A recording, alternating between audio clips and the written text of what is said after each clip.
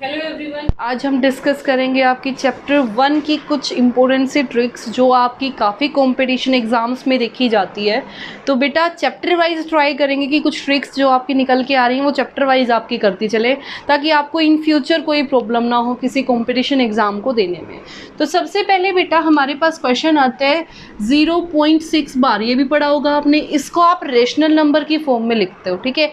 आप rational number की form में कैसे लिखते हो? Let this number be x. सबसे पहले इसको क्या बोलते हैं? 0.6 बार। ये सबको समझ आ रहा है। अब बहुत सारे पहले क्या करते हैं, let x is equal to this. मैंने माना कि x की वैल्यू क्या है ये, ठीक है। वो लंबे वाला प्रोसीजर फॉलो करते हैं, उसको फॉलो करने की बजाय बेटा सबसे पहले आपका काम क्या है, आप ये देखो डेसिमल के बाद जो आपका पॉइंट है उसके बाद कितनी डिजिट्स पर बार है। कितनी डिजिट पर बार है? 1 डिजिट पर, ठीक है। तो यहाँ पे क्या लिखो बेटा, डायरेक्ट 6 जो आपका नंबर है एंड डिवाइडेड बाय जितनी डिजिट पे बार है। कितनी डिजिट पे बार है? 1, तो एक 9 लगा दो। तो क्या लगा दो? 1 9, ठीक है। अब वो उसको उसके ऑप्शन देगा कि जो इसका रेशनल नंबर है बेटा वो बनेगा 5/3, 2/3, 7/8, ऐसे कुछ, ठीक है। आपको टिक करना है उसमें से, आपके पास टाइम बहुत कम होता है, ठीक है। तो आप कैसे करोगे?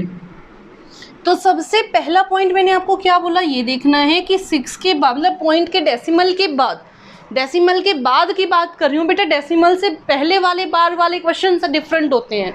तो डेसिमल के बाद कितनी डिजिट पे बार है? Only 1 digit. तो यहाँ से आ गई 6। तो जितनी डिजिट्स पे बार है उतने 9 लगा दो, डिवाइड में उतने क्या लगा दो? 9, ठीक है। तो अगर यहाँ पे, तो इसका आंसर क्या हो जाएगा बेटा? 2 3 ना 3 2 6, 3 3 9, आ गया आपका आंसर। आंसर क्या आ जाएगा आपका? 2/3। इन सेम वे आपके पास अगली बार क्वेश्चन पूछता है 0.6 बार प्लस 0.8 बार, ठीक है। तो आप कैसे करोगे? सेम प्रोसीजर आपने फॉलो करना है। इतना लंबा चौड़ा प्रोसीजर फॉलो करने की ज़रूरत नहीं है। सबसे पहले डेसिमल के बाद कितनी डिजिट है? 1 डिजिट, और 1 डिजिट पे बार है तो 1 9। इन सेम वे 1 डिजिट, उसके बाद एक ही डिजिट पे बार है तो 1 9। एलसीएम लिया 9, देन 6 + 8, तो कितना बन गया? 14/9। कैंसिल हो नहीं सकता, तो आपका डायरेक्ट आंसर क्या आ गया? 14/9, ठीक है। अब देखो बेटा, एक से ज़्यादा डिजिट पे बार हो तो कैसे करोगे?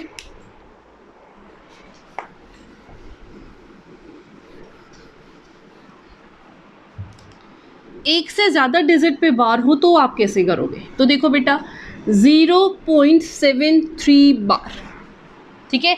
तो डेसिमल के कितनी डिजिट्स पे बार है? 2 डिजिट्स पे। डिजिट्स एज इट इज़ और डिवाइडेड बाय 2 9s, ठीक है। अब ये कैंसिल हो रहा है तो कैंसिल कर दो, नहीं हो रहा तो एज इट इज़ रख दो। This is your rational number. एक क्वेश्चन आता है, अगर आपको दिया 0.1372 और सिर्फ 72 पे बार है तो कैसे करोगे? तो बेटा ये देखो, सबसे पहले काम वही नंबर एज इट इज़, कितनी डिजिट्स पे बार है? 2 डिजिट्स पे, तो 2 9।